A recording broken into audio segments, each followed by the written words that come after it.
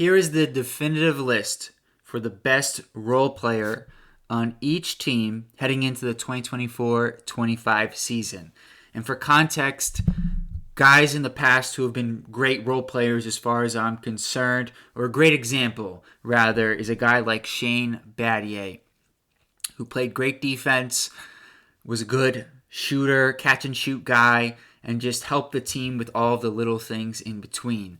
And we're going to start off with the Eastern Conference in the Atlantic Division and move all the way through the Western Conference here. So, with that being said, we're going to start off with the Boston Celtics. And as far as I'm concerned, one of the best role players in the NBA, Derek White. Derek White does a little bit of everything. He is a good shooter. He can really defend, and one of the best shot blocking guards in the league. I think he's one of the best pure out-and-out role players in the NBA. The Brooklyn Nets, Dorian Finney-Smith, has built a career off of being a great 3-and-D guy. He's improved as a shooter, although it's come down a little bit the past couple years, and I think he's a great trade candidate for contenders at the deadline or any time before that from the Nets. The New York Knicks, Dante DiVincenzo and Josh Hart had a tough time deciding between both those guys. They bring very different things. DiVincenzo is a good defender and a great shooter. Josh Hart is an amazing rebounder and a good defender who can also pass. They really raised the floor of this Knicks team. The Philadelphia 76ers, I'm going with Kelly Oubre. I think Oubre had a great year transitioning to a role player last year. He did a great job in the playoffs guarding Jalen Brunson, and I think has moved into being a 3-and-D wing for the Sixers. Got to improve as a shooter, but I think his defense has improved on the Sixers, especially in the playoffs. Also, shout out Kyle Lowry. I still think he brings it as a role player. The Toronto Raptors, going with Bruce Brown. I think Bruce Brown is a great player who can do a little bit of everything. He can pass, he can rebound, he can score. He doesn't do a lot of everything, but he does a little bit of something in each category. So I think he's a great role player. The Central Division, starting off with the Chicago Bulls, I'm going with Ayo Dosunmu. They just lost one of the better role players in Alex Caruso. I think Dosunmu does a really good job defensively. He can fit in on a team, and honestly, I think a better team should be looking at Dosunmu as a trade chip at some point this season if the Bulls are willing to let him go. The Cleveland Cavaliers.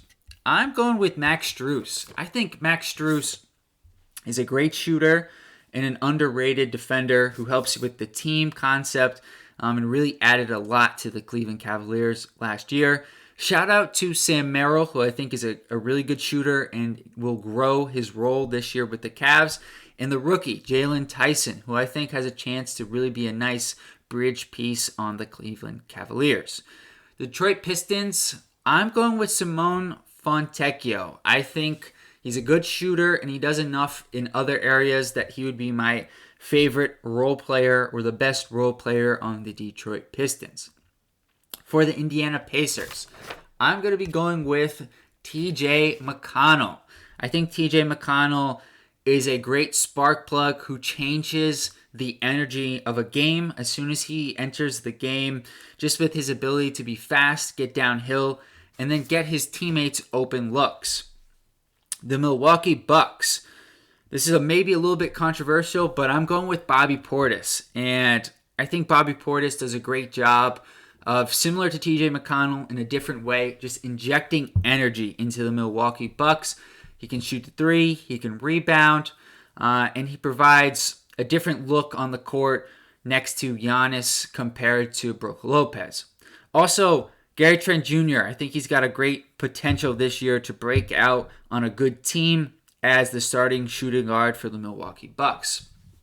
The Southeast Division, the Atlanta Hawks, I'm going with Bogdan Bogdanovic. I know it's not traditional role player, but I think he fits because he's the sixth man for this team. He comes in, he gets buckets. He might be a little more elevated than a traditional role player, but on this Hawks team, he has a clear role, and he excels at it. The Charlotte Hornets, I'm going with Grant Williams. He had a horrible tenure with the Dallas Mavericks. Everything that could go wrong went wrong. And then quietly, when he joined the Hornets, the team was a little bit better and he played much better. He can rebound a little bit. He can defend bigger players. And he can shoot. And I like his fit on the Hornets there. Also, a guy who also came over from the Mavs, Josh Green, I think is in a spot where he should get more playing time with the Hornets and is a guy who I felt like really grew last year, especially in the playoffs for the Mavs. The Miami Heat, Duncan Robinson, I thought had a real big bounce back season as a three-point shooting specialist who did a much better job of getting to the basket last year, which I think really coincided with a return to form for Duncan Robinson. And shout out Haywood Highsmith, who does a good job at scoring inside the arc for the Miami Heat and then also is a good defensive player. The Orlando Magic, right now, Kentavious Caldwell-Pope, one of the better role players in the NBA, who's won titles with the Lakers and the Nuggets as being a 3-and-D wing, who does a good job at shutting down the opposition's, better players and then hitting the open three on the offensive end. Also, shout out Mo Wagner. Comes in, gives great energy off the bench for the Magic and scores from the center spot. The Washington Wizards, a little bit of a tough team, but I'm going to go with Corey Kispert, another three-point shooting specialist who I think might be getting a little bit more of a look nationally if he was on a better team. Really improved last year efficiency-wise, I would say. And I think it's going to be another tough year for the Wizards, so we'll see. Maybe Corey Kispert could be on the block for them. Moving to the Western Conference, the Denver Nuggets, one of the better role players in the NBA. Aaron Gordon has really found his role with the Denver Nuggets after, being a little bit miscast as a star player with the Orlando Magic. He's moved into a complementary role, playing off of Jokic, and he is fantastic at it. He's a good defender there. He's a lob threat. He can even create plays for his teammates. And in the series against the Timberwolves, he was hitting some crazy shots. And speaking of the Minnesota Timberwolves, the best role player on that team is Jaden McDaniels.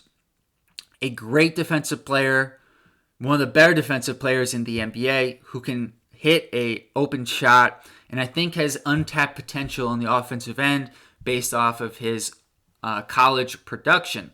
Also, shout out to Naz Reid and Mike Conley, especially Mike Conley, the senior leader of the Timberwolves, who just is a steady presence for them at this point in his career.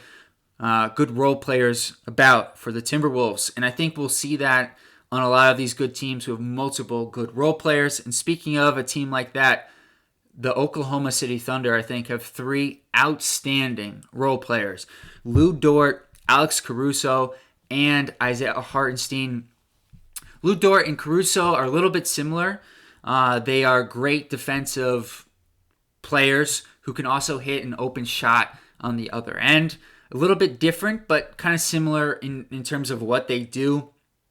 And Isaiah Hartenstein is a great center who's a good defender and an amazing passer from the center position. The Portland Trailblazers, as of right now, I'm going with Deni Avdija with a catch. I think Deni Avdija, based off his improvement last year, has a chance to surpass the role player label. But as of right now, I see him as a forward who can do a little bit of everything. He can score, he can pass, he can rebound, but he's not a great scorer, so I kind of see him in that role player mold for now. The Utah Jazz. This is a little bit of a tough one, and again, kind of similar to Bogdan Bogdanovic. Could be argued a little bit of a stretch here. Jordan Clarkson. I think he started more games the past couple years for the Jazz than in years past, but I think, if the Jazz want to move him, he will be like a sixth man for another team, and that is a true role player role. And I think he will excel at that. He's been very good as a scorer for the Jazz, and I think he could excel again in that sixth-man role. The Golden State Warriors. I'm going with Draymond Green. And this is kind of the opposite of maybe somebody like Deni Avdija in the sense that Draymond Green was an all-star, but I think at this point in his career is an out-and-out role player. He can pass, set up Steph Curry, set up some of the other guys, and still defend at a good level, although not the elite level that he used to be at. The Los Angeles Clippers. I think one of the best pure role players in the NBA, Nicholas Batum. I think he's a loss for the 76ers. He just does a really good job of being a Swiss Army knife, contributing in all areas of the game and helping the whatever team he's on, but back to the Clippers, win more games, despite, when you look at the box score, not necessarily seeing a ton of production. Los Angeles Lakers, this was, quite frankly, the hardest team for me to select somebody. I'm going with Rui Hachimura.